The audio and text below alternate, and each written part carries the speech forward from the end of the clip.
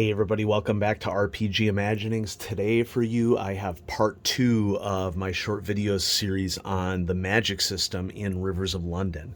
And so if you are interested in the magic system, this video is for you. And in this part, we're going to take a look at spells themselves and the sorts of things that they can do and how they work. And here we are at the spell chapter. Now, one thing that I would say that makes Rivers of London different from many fantasy role-playing games is that the spells are combinatory. They are meant to be combined together to produce different effects. It is based solely off of the magic points that are available. And so here in our spell list on the right-hand side of the page, you see that there are 6 orders of spells as defined by the core book here. First order, second order, etc. The order of the spell determines the base cost of magic points in order to cast it. That base cost can be modified by boosting the spell in some manners. Not all spells can be boosted. Some of them are just, this is what it is. And there are a variety of spell trees that are included here in the core book, as you can see here with the Aqua spell tree, that describe what happens or what different spells you get once you combine a spell with another spell. So, for example, when you combine the first order spell Aqua with the spell Impello, so this eye with a circle around it means add Impello to Aqua, you get the spell Water Bomb. Okay? Those spells that have this orange and white lines on them and the dashed orange around it are multiple spells that happen from combining spells together. Okay? Spells also have prerequisites. They consist of a series of formae, usually spoken in Latin. They are not always spoken. Strung together, certain spells have prerequisites, i.e. you cannot learn a particular spell unless you have first learned the spells containing the base formae that combine to form the spell. A spell's prerequisites are listed in the spell's description. Where a spell has no prerequisites, the entry reads none. An investigator cannot take a spell during character creation, nor learn it during an investigator development phase unless they've met the prerequisites.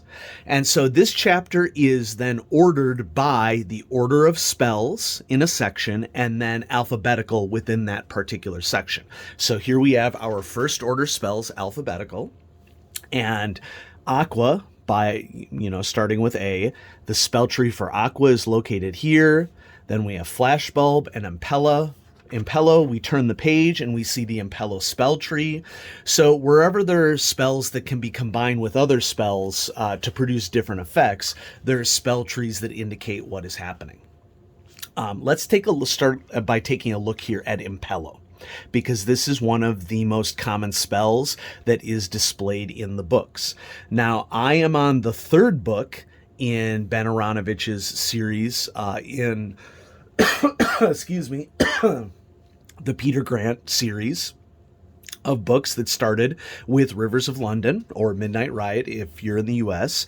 And I am on the book, and there's a quote from it right here for Rock Drill. Whispers Underground is the book that I'm reading right now. And I've thoroughly enjoyed every one of the novels that I've been reading. Part of the reason for that is because of the way spells are pitched in the novels, the effort that Peter Grant has to go through in both instruction and experimentation, often under duress, in order to produce new effects with his magic. And there are specific costs that are potentially associated. We talked about some of those costs last time. Thaumaturgical degradation is one of the potential costs if you start, if you fail spell rolls, or if you attempt to use a spell when you do not have magic points available. That can increase the chances that essentially you have a consequence to your brain, that you increase the chance of having some sort of brain episode that could be detrimental to your character as described in the novels. So let's just read the entry to Impello. Impello is a forma used to push, pull, or levitate objects. This is usually the second spell that a Newtonian apprentice is taught. One limitation of Impello is that the caster cannot lift themselves from the ground, not even by lifting something to which they are attached. The spell is useful for pushing an opponent back a meter or yard, thus potentially enabling a character to flee. If the target object is small, i.e. something you could conceal in one hand, the GM may ask for a successful POW roll to accurately target the object. The effect of Impello is comparable to an invisible hand that can be used to push, pull, or lift a target. In a situation where the GM would call for a strength roll to test whether the character is strong enough to move an object, the GM should instead call for a POW roll. Impello could easily levitate an apple with no POW roll required, but if lifting or pushing something heavier, the GM should call for a POW roll. The difficulty level of the POW roll should be set by the target's strength, alternatively, if used against a character rather than an inanimate object, the GM would call for an opposed POW versus strength roll. Although the basic Impello spell isn't intended to inflict harm, it can cause damage. If the spellcaster successfully uses it to push an opponent down some stairs. If the use of Impello causes something to happen in the story that would obviously cause damage, the GM should refer to Table 7, Other Forms of Damage. And then here's a quote from Rivers of London. And I really like this because this not only helps to connect it to the stories, but is also a good reminder as to when particular spells first appear within the novels, because I'm 3 novels in, and although it makes sense that Impello would appear in Rivers of London, it's nice to have some canonical connection back to the actual stories. So we sat down on opposite sides of the lab bench, and Nightingale placed an object between us. It was a small apple. Impello, he said, and the apple rose into the air. It hung there, rotating slowly, while I checked for wires, rods, and anything that I could think of. And that's Peter Grant speaking in that particular quote. And so as you move through this portion of the chapter, which is pretty short, and I would argue that it's pretty short because use of spells in the system is pretty self-explanatory. You follow the spell trees, you're aware of prerequisites. Some of these spells, like many of the first order spells, are spells that are combinatory, like Weirlight and Impello are common examples of that. And as you continue along and, read through the first level spells, we get one more spell tree, Weirlight, which Weirlight is usually the first spell that a sorcerer will use. And then the rest of the chapter is laid out according to, once again, the order of the spell alphabetized. And so what are the sorts of things that you can do with spells in Rivers of London? Because if you're coming at this video and you have not yet purchased Rivers of London and you're wondering, what playing the game is like and how are spells different, well, first of all, I would suggest that you go back to my first video. I'll have a link to the first video down below in the description to get the basics of how spellcasting works. But then it's just a question of combining forma or different triggers for spells together to produce a desired effect. So, for example, if you combine Weirlight and Impello together, magic has the side effect of frying microprocessors, and thus modern vehicles can be disabled with a single well-placed spell. The spell's title is Car Killer, but the spell can be used to disable any piece of modern technology containing a microprocessor.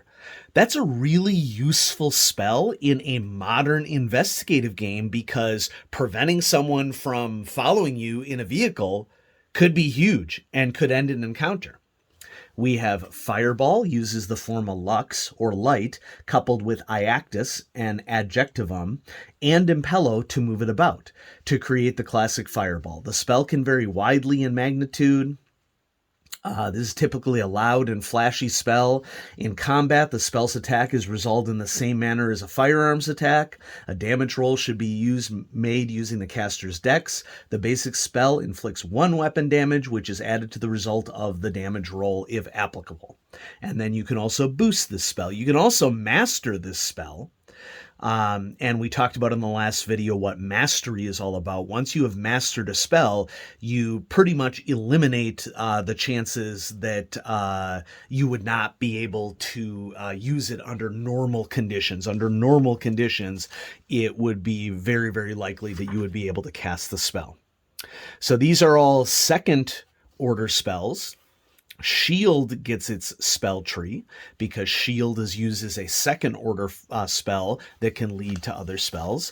And the chapter just continues by order. Okay, what sort of things can you do once you get up to fourth order spells? Flying Ice Saw, prerequisites, Glitter Bomb or Ice Blast. Creates a large disc, and it's depicted here by this picture right here. Creates a large disc 3 meters or yards across that spins like a circular saw blade or drill head. The blade moves at speed through the air, slicing through whatever it contacts. As it moves, it emits a loud humming sound. The disc inflicts damage on anything it hits. It lasts for 1 round and can be used to attack 3 separate targets as long as they are within 10 meters or yards of each other.